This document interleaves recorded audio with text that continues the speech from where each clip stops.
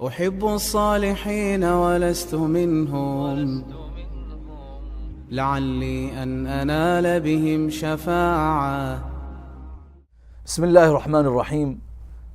Assalamu alaikum wa rahmatullahi wa barakatuh. Brothers and sisters, fellow viewers, welcome back to the 7 wonders of a Wali. One of the great wonders of a friend of Allah subhanahu wa ta'ala is their ability to resist and contain themselves in the face of temptation. In today's society, we are surrounded by temptations, and our ability of self-control has completely diminished or dissolved. How can a person conquer that aspect of their life where they have control over themselves and they have self-control to such a degree that they are not succumb to their desires and do not fall prey to the temptations of this world? In the time of Umar radiallahu anhu, there was this young man who frequently came to the Prophet Umar radiallahu anhu's gatherings. He prayed with Umar radiallahu anhu. One evening, as he left the mosque after prayer, en route to his house, he was attracted by a young woman in the time of Umar radiallahu anhu. And this is a test for every human, everyone, irrespective of what age. We have our own weaknesses. Young men and women have their temptations. Elderly men and women have their own desires and temptations and weakness. And the devil knows what our vulnerabilities are. And he knows how to make us succumb and become victims to those desires. So this young man was walking home, and when he saw this young sister, he was tempted to have a conversation. And of course, being alone in the night, he was also intrigued and motivated to bring himself closer to this sister and embrace her and kiss her. As he was thinking about and fantasizing the wrong that he was thinking of committing, the devil had whispered into his mind and heart, he remembered a verse of Allah subhanahu wa ta'ala. See, thoughts and fantasies will come to the minds of people, but the way we resist these evil thoughts is what defines us as a true friend of Allah subhanahu wa ta'ala. That's what defines us, an ability to have self-control. I want you to admire this ability of this young man. He remembers a verse of the Quran, and this story is in Ibn Kathir. Ibn Asakir also narrates this. He says, the Quran, he remembers a verse of Allah, of the book of Allah, where Allah subhanahu wa ta'ala says, إِنَّ الَّذِينَ اتَّقَوْا, and those people who are righteous, fearful, conscious of Allah, إِذَا مَسَّهُمْ طَائِفٌ مِنَ الشَّيْطَانِ تَذَكَّرُوا فَإِذَا هُمْ مُبْصِرُونَ, when they are attracted by a whisper or temptation of the devil, they remember Allah subhanahu wa ta'ala and they retreat. And they sit on the driver's seat. They don't allow the devil to drive them away from Allah subhanahu wa ta'ala. They get in control of the steering wheel, of the clutch, of their life, of their ability, of their desires. And that's the ability of a righteous person. And when he thinks about Allah subhanahu wa ta'ala, he thinks about this verse, he faints. فَخَرَّ مَغْشِيًّا, and he faints on the spot. You know? And that type of shock the impact of that shocked him so much that he fainted on the spot. Finally, he gains consciousness, he's taken home, and he's reminded of this verse, that the consciousness of Allah subhanahu wa ta'ala. And eventually he faints again, and they check his pulse. He has no heartbeat, no pulse, and he passed away. Inna lillahi wa inna ilayhi raji'un. And the fear of Allah, literally, the consciousness of Allah, the time and the moment that this person has to stand in front of Allah was it was so apparent in front of him that he did not allow himself to indulge into wrong. Umar radiallahu anhu finds out about this young man. He comes for condolence to this young man's house, and he goes to the parents and he speaks of his piety, his nature, and then he says, "Take me to the grave." And they guide him to the grave of this young man. He stands at the grave and he says to this young man who passed away, he says, وَلِمَنْ خَافَ مَقَامَ رَبِّهِ جَنَّتَانِ. Allah subhanahu wa ta'ala says in Surah Rahman, in those who fear Allah, maqam could be translated at the moment where God needs to be recognized and feared in the face of temptations. Or also it could be defined, whoever fears that moment they have to stand in front of Allah. The moment. And that moment is real. And everyone has to stand in front of Allah and give reckoning for what we have done. And he says this to this person, that their reward for a person that fears Allah at the moment, their reward is 2 Jannah, 2 paradise. Not just 1 garden, but 2 gardens in Jannah. a voice comes from the grave. Say, you are telling me that I am promised 2 paradise for being fearful? Inna Allah a'tanihima. Allah has already granted me 2 paradise while I'm resting in my grave. Brothers and sisters, when we think about fulfilling a desire, we think about instant gratification. Let me just do it. I'll get away with it, I won't do it again. But what happens is that when we become victim to our nafs and our temptations, our temptations, our desires become stronger, and our inability to stand against this temptation becomes weaker. النفس كالطفل. The desires are like a child who is suckling. إن تهمله شب على حب الرضاع وإن تفطمه ينفطم. But if you wean the child slowly, eventually the child will get used to drinking from a bottle. Similarly, if you keep on watering and planting and fertilizing and nurturing your nafs will become bloated. It will inflate to a certain degree that you will have no control. And the story of Yusuf ﷺ is the greatest story, where he is tempted in a situation. He's a captive. He is exiled from his brothers. He was a victim of assassination. He was thrown into the bottom of a well, sold for petty dirhams, dimes. بخس دراهم معدودة بثمن بخس دراهم معدودة. No value in society. And we're talking about the most handsome human in that era. Subhanallah, Yusuf ﷺ. Young, beautiful, innocent. He's brought into a palace where the queen of that palace, the wife of the minister, is tempting the most handsome man around. And at this situation, the vulnerability, the desperation, and that's what we say, we're desperate, we have no choice, we need the support, we have nothing else to do, we're bored. You know, I'm depressed. And we follow our desires. Look at the story of Yusuf and remember the promise of Allah in this story.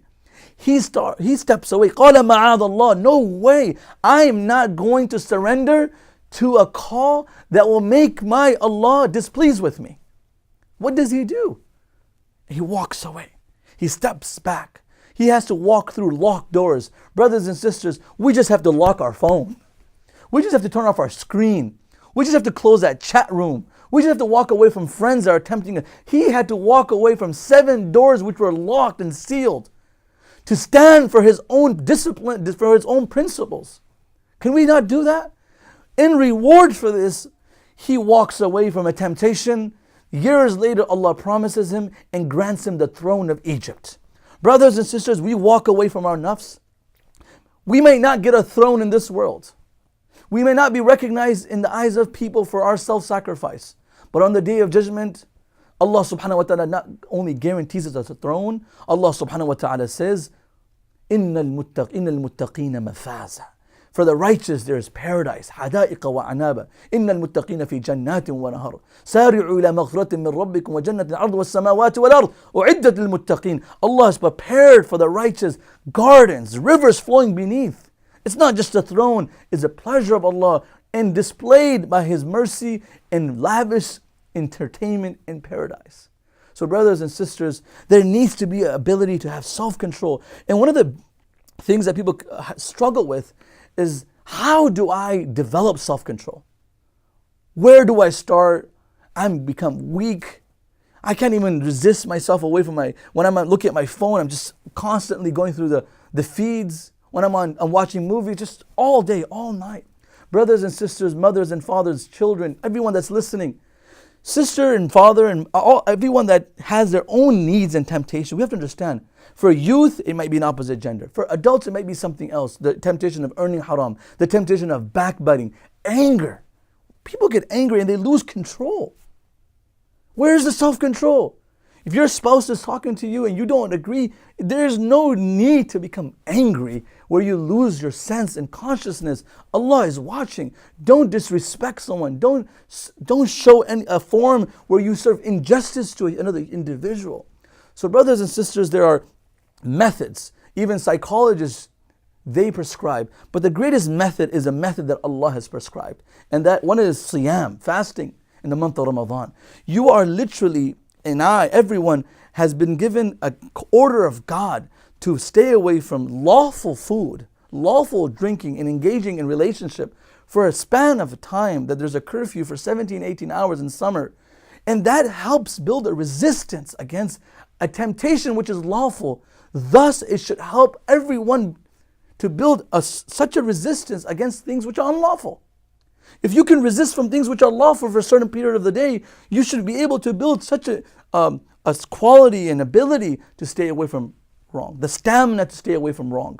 And siyam and fasting helps you and helps those who are struggling. And this is why Allah gave us 1 month. Psychologists say it takes around 14 days, 21 days to break a bad habit. 1 month followed by 6 days of Shawwal. So 36 days, almost 40 days in a higher figure, helps a person reconstruct and develop a bad habit to a good habit. And that's very important. If we stay victim to our own desires and temptations, I'm afraid that we will struggle as we get older. And for those who are already aged, we have to be worried about death. So we have to repent. So that's one. Number two, those elements which have made us vulnerable and have made us victims to our temptations and our desires, they have to be distanced from us. What do we do when we go on a diet? Don't show me that cake. I just don't want to go to the Cheesecake Factory, because you being there is going to force you to take a little bite, have a little milkshake. And that is something that's against the diet restrictions that a person has imposed upon themselves. We need to have a spiritual restrictions upon ourselves where God has restricted us from doing things which are haram. So removing those elements and objects that victimize us, where we become prey to ourselves, to our desires. And maybe it could be a laptop, it could be your computer, it could be your friends, it could be certain environments. Step away from them. Step away from them. And that would help you. And not just step away from 1 day, 2 days, 3 days.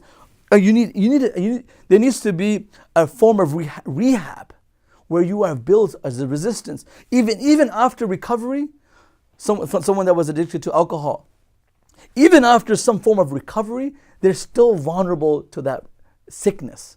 Similarly, we have to recognize there's a sickness and weakness.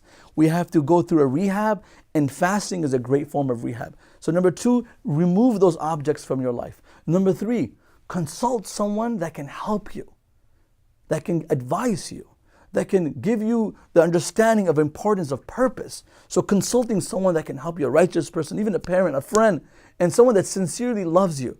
And number four, which I find to be very important in developing self-control and piety, is the company of righteous people, the company of pious people. One of the questions I asked one of my teachers when I was graduating from my Islamic studies of 10 years of studies, I said, Shaykh, wherever we go in the United States, it's hard to find people who are righteous and then have them dedicate time for you. That's also difficult. So the Shaykh said, the life of righteous people, their documents, their books, their biographies, is a substitute for their physical existence. If they're not there with you, at least read the life of righteous people. And there is no book that's better than the book of Allah, which is colored and designed by the lives of righteous people, the prophets, Anbiya alayhi salam. So these are my 4 tips for myself, for you all, in developing the quality and the ability to have self-control. We ask Allah subhanahu wa ta'ala to make us people who have taqwa and righteousness and consciousness of Allah subhanahu wa ta'ala to such an extent that we're able to conquer ourselves in obeying Allah subhanahu wa ta'ala.